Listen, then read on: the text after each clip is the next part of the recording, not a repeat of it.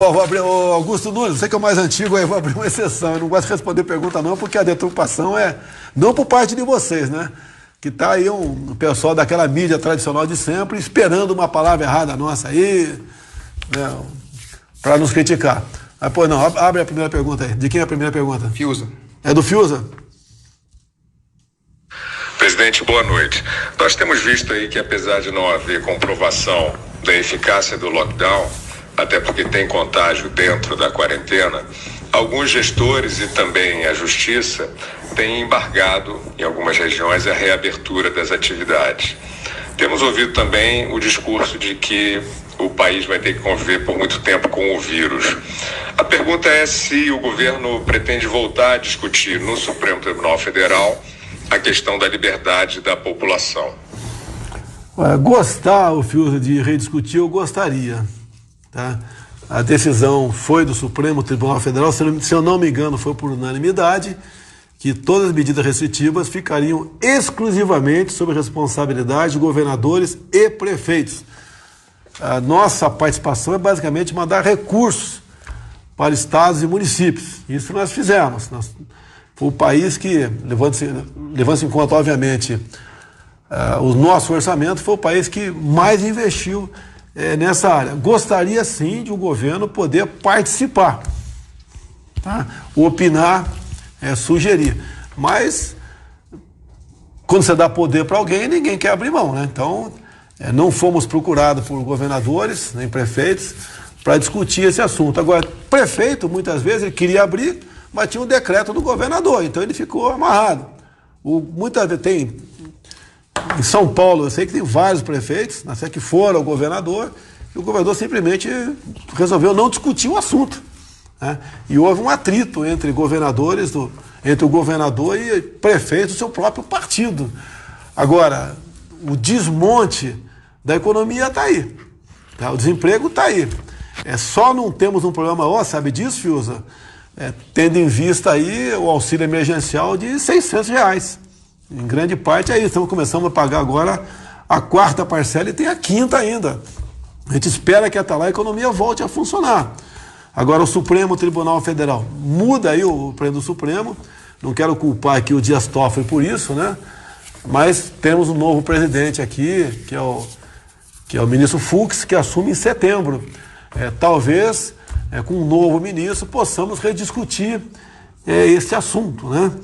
E a gente espera que o Supremo seja sensível à discussão, porque todos nós podemos errar. Por que um ministro Supremo não pode errar? Ele é um ser humano, igual eu, igual você, igual qualquer um. E eu, particularmente, né, achei que foi um exagero nos alijar completamente dessas questões de lockdown. Menos mal, não seria bom também, que o prefeito decidisse. Porque o prefeito... Você vê Eldorado Paulista, já falei aqui, a minha cidade, no interior do Vado Ribeiro, em São Paulo. Não tem mais que, talvez, 2.000 pessoas no núcleo da cidade, na área urbana. Praticamente tudo foi fechado. Até a loteria esportiva, que é de um sobrinho meu, tá? Não foi fechada, mas teve restrição. Não pode ter mais que 3 aí dentro. Até quando eu falei com o meu sobrinho, ele falou, pô tio, quando tem 3 aqui, eu solto... Quando tinha 3 no passado, eu soltava fogos. Tá certo? E agora não pode ter 3 aqui. Então, agora a casa de comércio, de roupa, de sapato, que são casas de comércio humildes, né, da linha de Eldorado, foram todos fechados. Todos fechados. E o pessoal sobreviveu. Muitos praticaram, não em Eldorado, vou dizer que eu não sei, mas em muitos municípios começou a se vender pela porta dos fundos, essa questão. Então, uma questão que, no meu entender, não foi uma boa decisão por parte dos ministros do Supremo Tribunal Federal, que poderia ser revisto, ter uma participação do governo. Até na questão do protocolo, teve estado que, por decreto, proibiu a hidroxicloroquina. Pode proibir? Pode. Agora, qual a alternativa? Não apresenta alternativa. Então, teve, não custa nada relembrar, tem prefeito que algemou a mulher em praça pública. Lá no Rio de Janeiro, por exemplo, o pessoal, mulheres sendo presas na praia. Falam que a vitamina D ajuda a combater o vírus. Como é que você vai conseguir a vitamina D se você não tomar o sol? Então a praia tinha que ser talvez até estimulado, né? E não proibir, essa forma radical. Agora, o que aconteceu no começo? É bom saber, Fiuza, porque talvez chegue mais informações para mim do que para você, né? que eu sou ligado 24 horas por dia, estou dizendo que você não seja não, tá certo? Mas talvez a minha fonte de informação seja melhor do que a tua. Quando começou esse pânico do vírus, tá? Tinha gente do estado X que ligava para o pessoal do governo do estado e falava, olha, o estado vizinho fechou, não vai fechar aqui também? Então tem governador que se viu pressionado a fechar tudo. Teve estado como Santa Catarina. Um absurdo que fizeram lá nessa questão do fecha tudo, um absurdo. Tá certo? E assim foi quase no Brasil todo. E sempre avisava lá atrás, temos duas ondas, né? É a vida, a questão da vida, que tem que tomar cuidado, sim, né?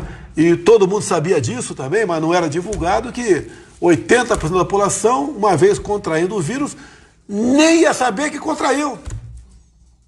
Tendo em vista a idade, a sua condição física, como a minha, que foi muito criticado no passado, né? Que, ele é atleta. Eu fui atleta, pô. Eu sempre cuidei do meu corpo, caminhando, nadando de vez em quando, praticando a caça submarina, que é o esporte que sobrou para mim, dada a minha idade. Tomei cuidado, né? Na maneira do possível, mas não fiquei com aquele pânico. Um dia vai chegar o vírus, agora ou mais tarde. Na minha casa aqui, ninguém está com o vírus. Uma irmã da minha esposa está com o vírus. Tá certo? Ela não está. Ela está preocupada, obviamente. Mas já falei, mais cedo ou mais tarde tu vai pegar, pô. Não tem como, né? Dificilmente vai ficar livre disso. Agora se prepara. Se prepara. Tá? E não entra em pânico. A vida continua.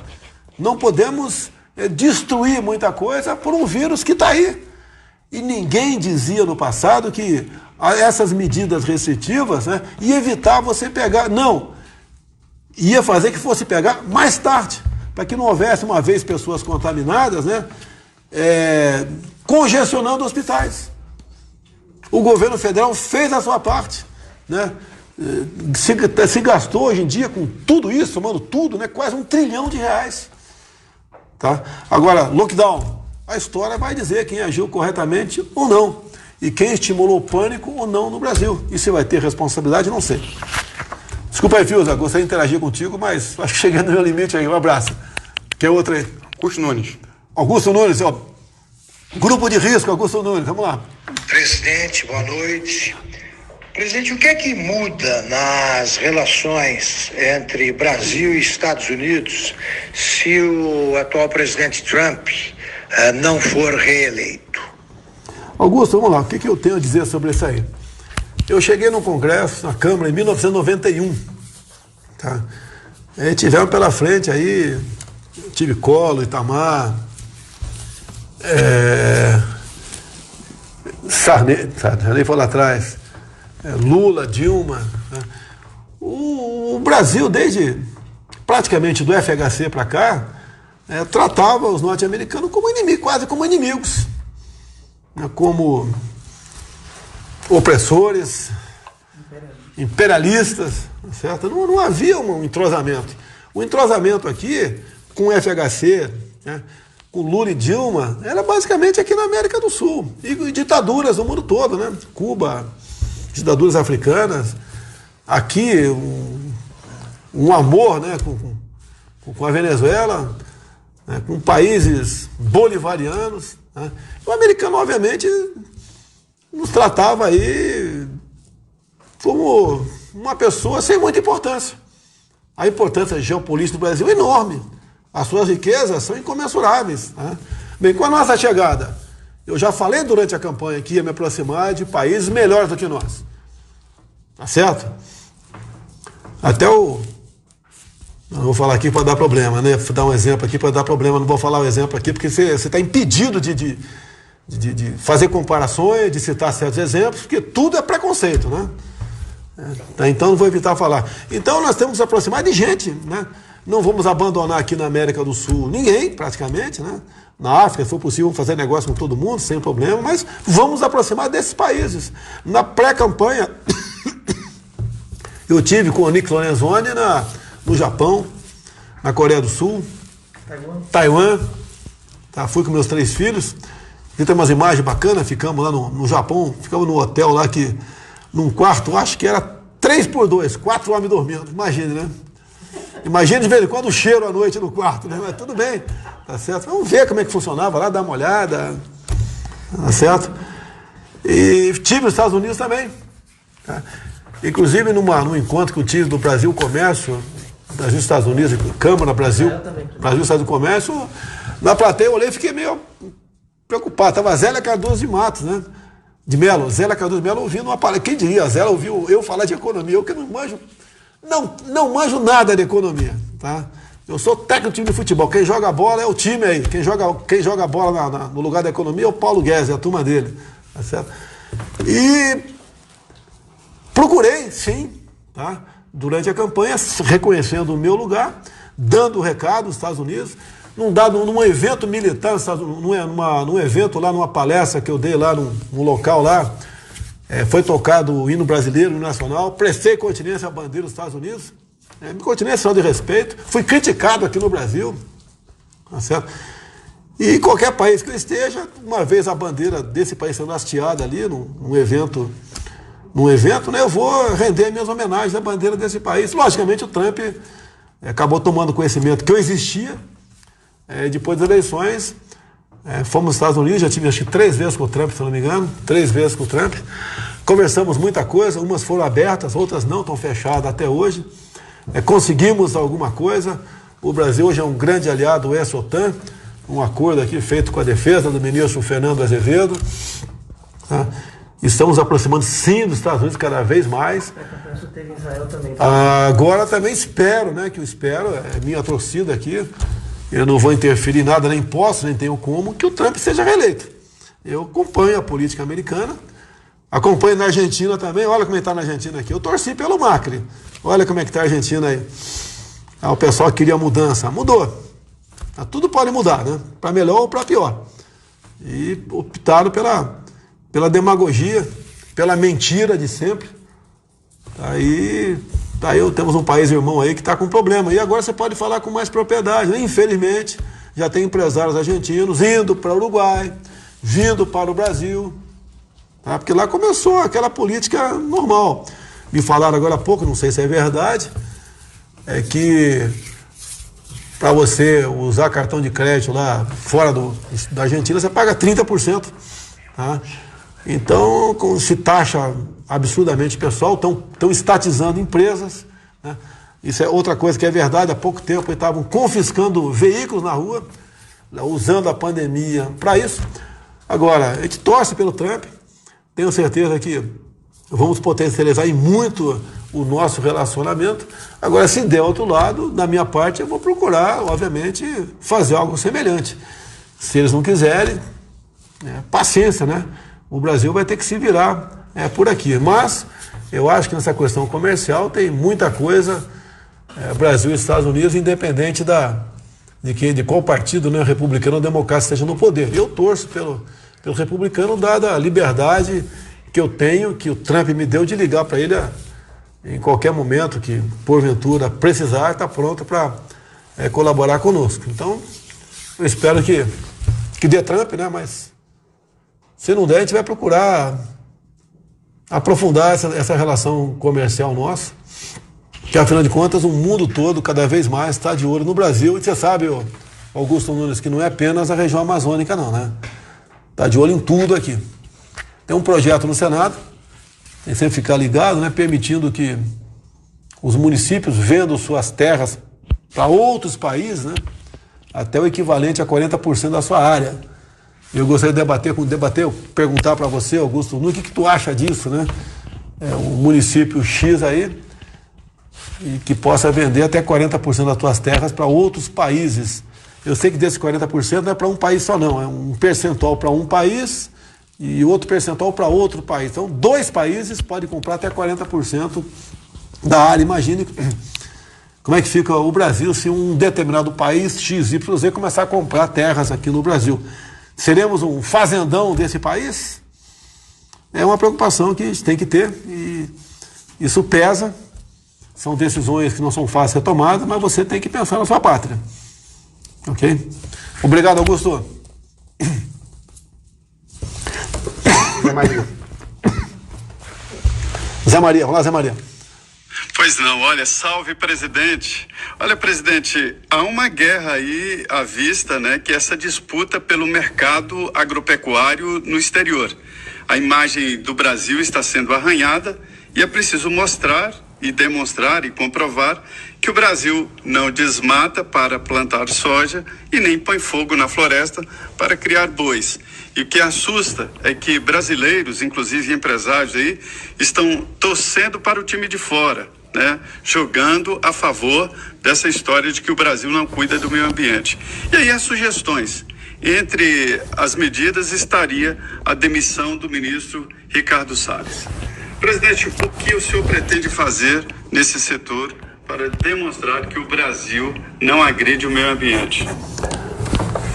Ô, Zé Maria, no começo aqui da live, eu toquei nesse assunto, né? Não é torcendo, se tiver só torcendo, tudo bem. É só o cara tá quietinho lá, tomando uma tubaína lá, né? Comendo ali uma tilápia frita, tá? E torcendo, sem problema nenhum. O problema é que tem gente, né, com meios, influente junto a uma parte da mídia, pregando desinformação. É pregado aqui, a imprensa de fora toma conhecimento, publica lá fora, e daí essa mesma imprensa pega a matéria publicada lá fora como se fosse uma descoberta da Europa e republica aqui dentro. E daí fica atacando o governo, até falando em impeachment. É o tempo todo isso aí. Basta ver que há pouco tempo, né, nós tivemos ministros xiitas ambiental. Não tem problema falar o nome deles, que eram xiitas, sim. É a Marina Silva, é o Zequinha Sarney. Ajuda aí, ó. Quem é Sarney? Quem mais? O Carlos Mink. Do Boi Pirata. Tá? E aí o que acontece? Naquela época também tinha incêndio no Brasil. Foco de calor, desmatamento, tinha. Agora, o que esse pessoal não colabora, né, é falar o seguinte: nós tínhamos como praticamente resolver em grande parte isso, se a medida provisória da regularização fundiária tivesse sido votada. E que se fosse votada, teria sido aprovado. E você teria como saber, né, por satélite, o foco de incêndio, o levantamento... Identificar os CPF, né? Gente. Identifica quem é o dono daquela área. Depois você vai na área para saber se onde foi desmatado, se já era uma área permitida para o desmatamento. Tá?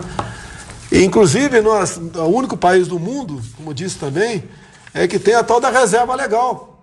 Na região amazônica, né, o cara tem uma fazenda, por exemplo, de 1.000 hectares, vamos supor, 1.000 hectares, 80%, 800 hectares não pode mexer nela. Ele pode mexer em 200 hectares. E ali, se ele desmata todo ano, não tem problema nenhum. Só que a área ali é tão fértil, né? Se você, de um ano para outro, não trabalhar, quase que volta uma mata nativa. Normalmente, quando você desmata lá na frente de novo, dizem que houve desmatamento. Porque se você pegar o desmatamento nos últimos 20 anos da Amazônia, você já desmatou o Brasil todo. Porque a área sobreposta uma em cima da outra. Agora, essa briga da informação, a gente consegue em parte nas mídias sociais. A grande mídia, só uma parte pequena, fala a verdade. Que parece que... Eu estava vendo uma live hoje aqui do Coppola, deixa eu ver mais quem? Lacombe e o Alexandre Garcia. Tá? Quando o cara fala a verdade, ele falou e tem razão, quando se fala a verdade, aquilo passa a ser politicamente incorreto. Você não pode falar a verdade das coisas, tem que estar naquela onda, sempre criticar. E quando se fala, por exemplo, em desmatamento, região amazônica, eu não sei o certo aqui, mas quase 60% aí do Brasil tá ali na Amazônia legal, pô. Como é que você vai tomar conta de uma área enorme como essa? Agora, uma outra mentira. A floresta nossa é úmida, não pega fogo. O que pega fogo é na periferia. Agora, está dentro da Amazônia legal, está ali o Pará, que é responsável por 40% das queimadas, e muitas queimadas na mesma área todo ano, né? E pega também mais o norte de Mato Grosso, parte de Rondônia. Tá? Se não tivesse na Amazônia legal esses 3 estados aí, o número de foco de incêndio estaria lá embaixo. Agora, estamos fazendo o possível? Sim. O vice-presidente da República, o general Mourão, tá certo? Ele é o chefe, o comandante aí do Conselho da Amazônia. Temos GLO, garantia da ordem ambiental, não tínhamos recurso. Hoje entramos com um pedido de recurso junto ao Congresso Nacional. O pessoal começou a trabalhar. Agora, mesmo assim, pelo tamanho da região, tá certo? É difícil você conter tudo isso aí. E uma parte considerável das pessoas que desmatam, né, às vezes no mesmo lugar até, tá certo? E toca fogo no mesmo lugar, é o indígena, é o caboclo. Se você proibir, nesse decreto nosso, é previsto para estar assinado, ainda não assinei, vou dar uma olhada no decreto ainda, se você proibir esses caras de tocar fogo, vamos supor até que chegue o decreto lá, né? Uma coisa é chegar o decreto lá, né? O nego fala que só basta botar no papel, está resolvido. Se ele não fizer a sua agricultura tradicional ali, ele não tem que comer o ano que vem. Se não tocar fogo agora, não vai comer o ano que vem. E mais um problema vamos ter, esses caras vão morrer de fome, pô. Eles vão viver da caça. Respondi, não? Ajuda aí, respondi? Perguntou do Salles. O Salles. Salles fica, Pazuello fica, sem problema nenhum. São dois excepcionais ministros. A gente lamenta aí aquela reunião reservada nossa, onde você não mede palavras, onde o Salles falou passar boiada. O passar boiada, o que ele quer é desregulamentar muita coisa. Não é permitir ninguém cometer crime, não. É desregulamentar, desburocratizar. Às vezes o cara da cidade está reclamando. Vai para o campo plantar para ver que é bom para tosse. Eu já plantei lá nos idos de 1980. 30 hectares de arroz lá em Nioque, Mato Grosso do Sul. Vai plantar para ver que é bom para tosse. É muito fácil o cara estar no ar-condicionado, né? Fazendo um churrasquinho na churrasqueira elétrica, tomando aí sua tubaína, não vou falar cerveja, que vão me criticar, né? Tomando uma tubaína, né? E criticar o cara que está no campo, que trabalha de domingo a domingo. Não tem tempo ruim para ele. Quando o tempo está ruim, que ele não pode trabalhar, ele perde a produção. E nem sempre o seguro cobre tudo aquilo que ele plantou. E são esses homens do campo que estão garantindo nossa economia, está na situação que se encontra no momento. Garantindo aí por 4 meses consecutivos o Porto de Santos bater recorde de exportação de produtos que vêm do campo. Tá certo? Então a vida das pessoas não é fácil.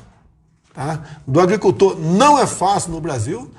Eu lembro lá atrás, quando eu era garoto, né, quando se ganhava na loteria esportiva, ou na Federar, como meu pai dizia, você queria sempre comprar uma terra. Hoje em dia o cara pensa 2 vezes em comprar uma terra. Se bem que muita coisa mudou. Durante a pré-campanha eu falei que queria fundir os ministérios do Meio Ambiente e Agricultura. Teve uma aceitação muito boa no primeiro momento junto ao homem do campo. Com o passar do tempo, tomamos conhecimento que seria um ministério muito pesado para uma pessoa só. E em comum acordo, resolvemos manter aí os 2 ministérios, né? E você pega o Ministério agora da Agricultura. Quem é que está lá? Tereza Cristina, deputada federal do Democratas de Mato Grosso do Sul. Olha o trabalho que essa senhora faz, é inacreditável, né? Eu queria até botar o apelido dela, mas ela pode não gostar. Eu ia botar formiga atômica nela, que ela realmente é excepcional. No mundo todo ela abre mercado para o Brasil. Estamos exportando cada vez mais para o mundo todo. Nós alimentamos com o agronegócio mais de 1 bilhão de pessoas. Que coisa melhor do que isso? Né? E quando tivemos no mundo árabe, eles passaram a se direcionar para importar coisa nossa, para não depender apenas de um país.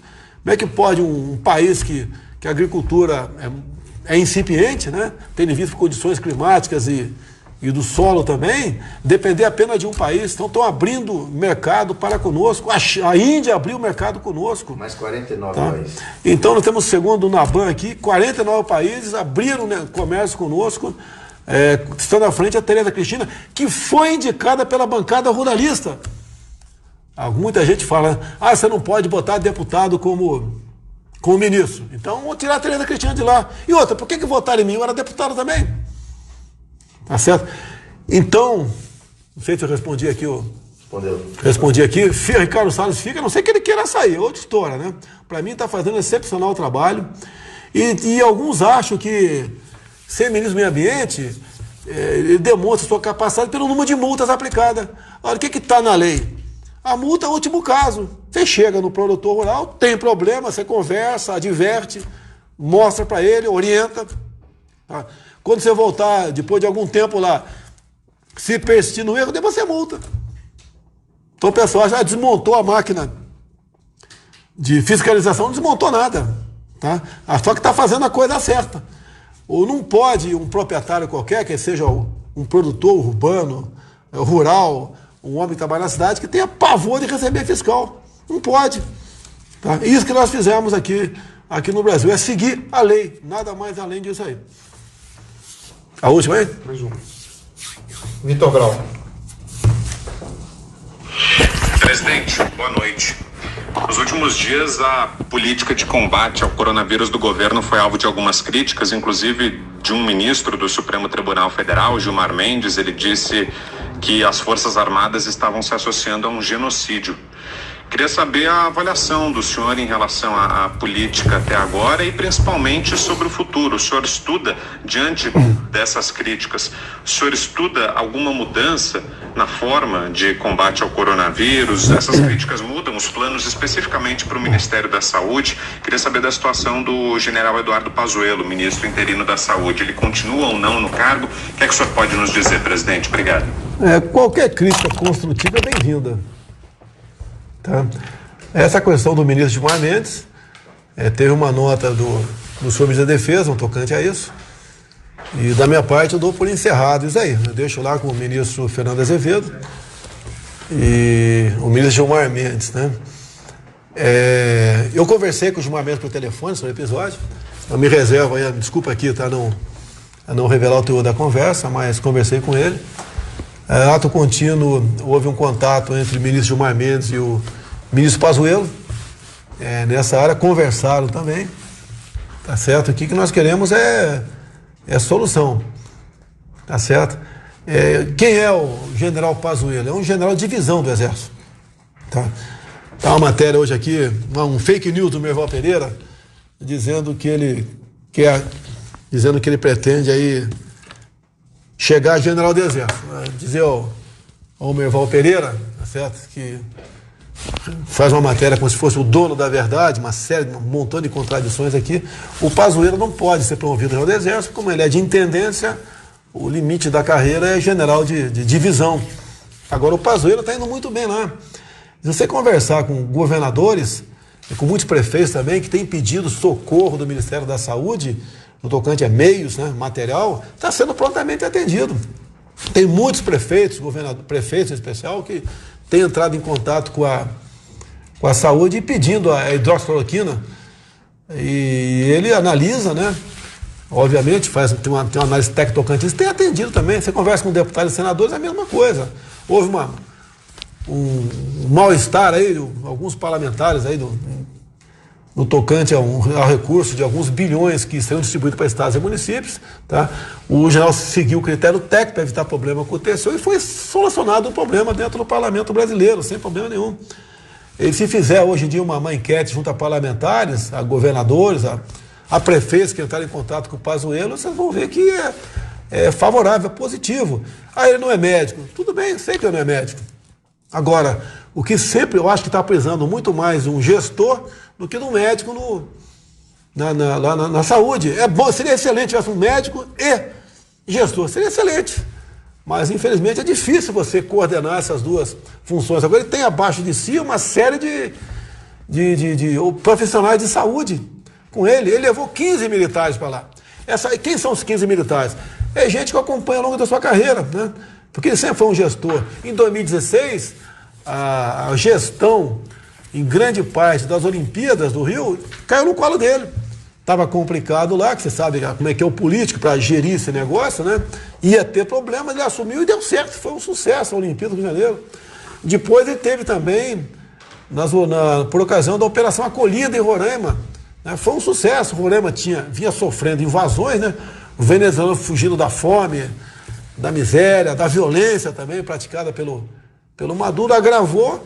Ele assumiu a frente dessa operação e conseguiu fazer o possível e elogiado pela ONU o seu trabalho. Ele também, como interventor lá de Roraima, ele foi secretário de Economia, Fazenda, Economia, tá certo? E fez um excelente trabalho lá no governo de Roraima, se não me engano, antes mesmo do Denário assumir. E uma parte com o Denário também. Foi um trabalho excepcional. Então, uma pessoa certa no lugar certo. Você pode ver, quem perguntou isso aí foi o Brau? Vitor Brau. O Brau, olha só, Brau. Eu quero que apontem, tá, se tiver, obviamente, né, desvios, desmandos, arbitrariedades em qualquer ministério. Daí a gente chama o ministro, conversa, que por vezes até o ministro não sabe, e resolve esse assunto. Agora, essa história de desmilitarização, não. Isso aí não... inclusive, se você fizer uma pesquisa perante a opinião pública, né, os militares estão muito bem avaliados aqui enquanto ministros. Se bem que temos excelentes ministros aqui, civis, como falei da Tereza Cristina. O garoto aí, o Marcelo Avantoni, faz um brilhante trabalho no turismo. Deu azar, né? A questão do vírus deu azar, mas está fazendo um excepcional trabalho lá. O próprio Ricardo Salles, tá? O nosso ministro aí, o André, da Justiça, é um ministro que trabalha em silêncio, extremamente competente. Um orgulho para o Vado Ribeira, cidade de Miracatu, São Paulo. É um trabalho excepcional. O Levi também, que está agora na AGU, também trabalha em silêncio. Alguns querem que ele seja mais agressivo. O trabalho do advogado é buscar solução. Não é esse. O Levi faz um trabalho muito bom também. Me ajude mais nome de outros ministros que porventura não citei o pessoal aí, pô. Hã? O Ernesto. Vira mexe, fala que o Ernesto vai sair das relações exteriores. Um cara excepcional, Ernesto, excepcional. Tá? Tudo que eu converso com ele, parece que ele é meu irmão gêmeo, se acerta perfeitamente. Se ele tem que sair, eu tenho que sair também. Ele faz um trabalho excepcional. Olha o trabalho da Damares, meu Deus do céu.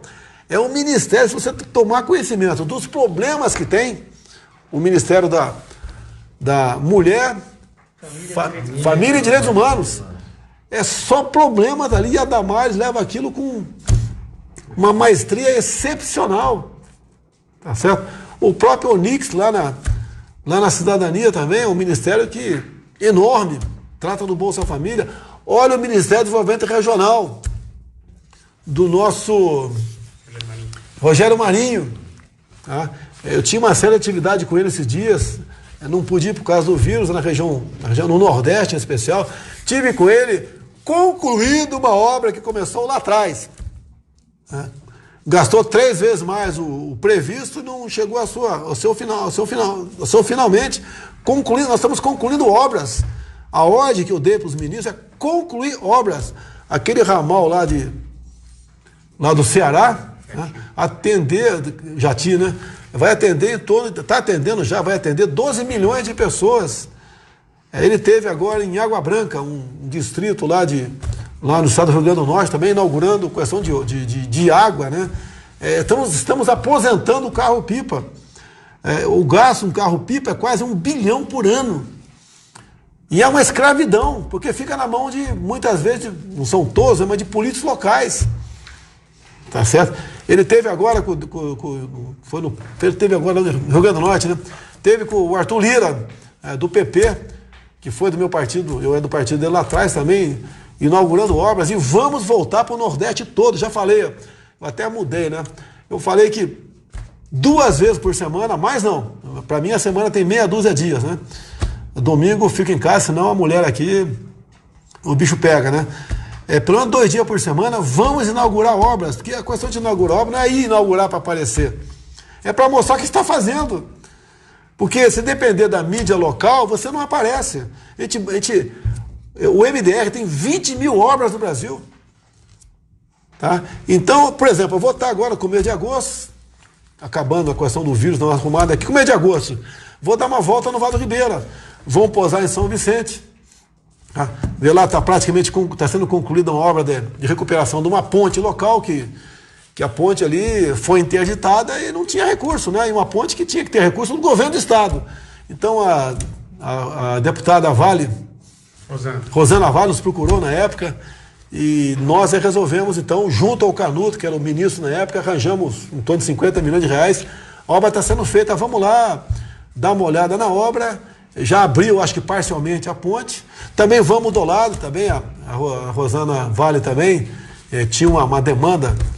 Ela é especialista em arranjar problema pra gente, né? E nós temos que resolver. É o trabalho da deputada, tá certo? Nós temos que resolver. Também no conjunto Tancredo Neves em Santos, vamos lá. Já começaram as obras lá, estava parada, não sei quantos anos. Nós vamos lá dar uma olhada na obra e dizer que o que o governo está fazendo Elogiar a deputada que teve a iniciativa de descobrir, que eu não sabia que existia esse conjunto, Tancredo Neves está abandonado há tanto tempo lá, centenas de casas. Vamos também dar uma chegadinha no Porto de Santos. Temos um novo presidente lá, o Biral, está fazendo um trabalho excepcional lá no Porto de Santos, juntamente com o Walter, meu velho amigo, e outras pessoas também. Vamos dar uma olhada no Porto de Santos, ver qual é a fórmula, né? O que ele está fazendo lá para o Porto se potencializar. Vamos depois visitar aí obras no Vado Ribeira.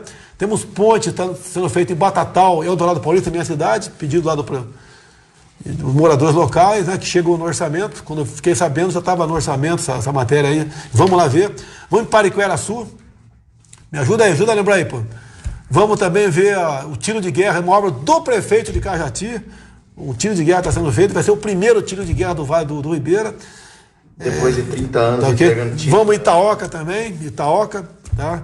Pernotar em Eldorado Paulista, visitar minha mãe que está com 93 anos, com todo o cuidado do mundo, que ela é um tremendo grupo de risco, né? Visitar minha mãe lá, que realmente nos dá muita saudade, né? E depois, aquela cidade que ele voltava no meio do caminho, Cid, qualquer, Cid, que o sargento lá me atendeu e bateu o telefone na minha cara 2 vezes. Itapiraí. Itapira. Vamos dar uma paradinha em Itapira, chamar o sargento lá para... Eu vou pagar o café pro sargento, bateu o telefone. Eu falei que era o presidente, ele bateu o telefone na minha cara, não tem problema nenhum, lógico, a pessoa que era trote, né? Se bem que a segunda vez eu falei, ô sargento, eu vou te dar um número aqui, você dá meu número para te conversar na imagem. Ele não acreditou, mas tudo bem. Vamos dar uma paradinha lá, dar um abraço no prefeito, tá certo? Vários municípios do Vado Ribeira, via o deputado Dávila, né, fizeram pedidos para respiradores para o Ministério da Saúde, que o pessoal, todo mundo pede. O Ministério da Saúde não atende pedido de político, ele analisa o pedido político, como várias cidades do Vado Ribeira, né, analisaram o pedido ali do Frederico Dávila, que é deputado estadual, e o Ministério da Saúde entra em contato com a saúde local, em havendo necessidade, vão os respiradores para lá. Então... Tem entrega de títulos também, presidente, depois de 30 anos. Naban, corta aí, Naban. Nós vamos começar a entregar título da reforma agrária, né? Isso aí. Aqui, brevemente. Vou estar em 2 grandes cidades, Sinop e Sorriso. Mato Grosso? Mato Grosso. Tem muito outdoor lá. Muito obrigado, pessoal de Sinop. Vamos lá. Vou também começar uma colheita de algodão lá, isso mesmo? Vai inaugurar, vai fazer o lançamento da colheita nacional de algodão. Colheita nacional de algodão. Esse é Sinop ou Sorriso? Nova Biratã. Vamos estar presentes aí, se Deus quiser. E vamos levar esse Brasil para frente. Então, temos tudo para dar certo. Temos um problema seríssimo pela frente, a destruição de empregos. É uma realidade. Vamos jogar pesado aí, vamos correr atrás. Parabéns à equipe econômica, está ajudando de maneira do possível aí, não só os informais, bem como empresas. Tá certo? E é isso aí, pessoal. Mais uma coisa? O que é? Tenente Amorim, caramba, faleceu o ano passado. Eu visitei aqui um pracinha da Força Expedicionária Brasileira, né? Tenente Amorim. Até fizeram muita imagem, etc. Ele vibrou com a nossa presença lá. Eu fui lá dar minha continência para ele. São os últimos heróis vivos que nós temos e o Tenente Amorim aqui do Distrito Federal faleceu. Eu logicamente não posso comparecer render as suas últimas homenagens, dada a situação que me encontro no momento aqui. Então, a família do Tenente Amorim, que Deus aí conforte a vocês e tenho certeza que ele está junto ao Criador uma hora dessa aí, olhando por todos nós. Mais uma coisa? Pessoal, muito obrigado. Até a semana que vem. Sem vírus, hein? Até semana que vem. Não, desliga não. Já que estão fazendo propaganda, vou fazer propaganda mesmo. Mas não é propaganda não, tem que procurar um médico, hein? Hidroxicloroquina e Anitta aí, pessoal. Tá ok?